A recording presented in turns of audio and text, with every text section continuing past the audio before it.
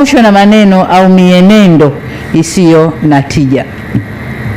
Mheshimiwa Rais, ndugu viongozi na wananchi, kwa kuwa nimepata fursa hii au nafasi hii kuzungumzia masuala ya utulivu na amani katika taifa letu, nataka nitumie pia fursa hii kuwaonya wale wote wanaojiita wanaharakati kwa jina ili wapate kutambulika duniani, lakini kiuhalisia matendo yao ni ya kigaidi.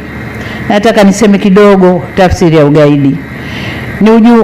Ugaidi unajumuisha vitendo vya uvunjifu mkubwa wa amani, uharibifu wa mali na miundombinu vinavyokusudia kuitishia jamii au kuishurutisha serikali kukubaliana na matakwa ya watu au kundi fulani kwa ajili ya kutimiza haja za kisiasa, kiitikadi au kidini.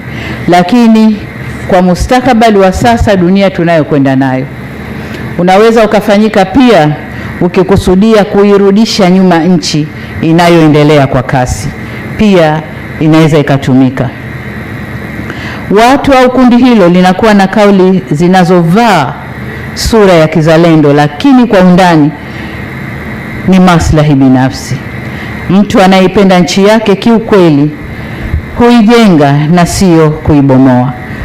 Upande huu tumeipenda nchi yetu, tumetofautiana, tumevumiliana, hatukufanya vurugu za kubomoa nchi yetu wala kuharibu au uvunjifu wa amani. Na wasihi wa Tanzania, tushikamane kwa ajili ya maendeleo ya taifa letu na sio kulifanya taifa kuwa duni kwa matakwa ya watu binafsi ambao maisha yao huko waliko na hata hapa nchini yanategemea malipo yatokanayo na kufanya vurugu au kuivuruga nchi yao kwa maslahi ya wengine. Katika hali hii, niwahakikishie Watanzania kwa serikali yenu inasimama imara katika ulinzi wa raia wake na mali zao. Nanyi kwa upande wenu mnapaswa kuungana na serikali yenu katika kulinda maeneo yenu na mali zenu. Vitendo vya kigaidi katu havikubaliki, sio kwa Tanzania tu bali ulimwengu mzima. Hivyo basi, niwaonye kwa mara nyingine wale wote wanaojishughulisha na vitendo hivyo kwamba taifa lolote duniani hutumia nguvu ya dola kuhami raia wake na kulinda heshima yake.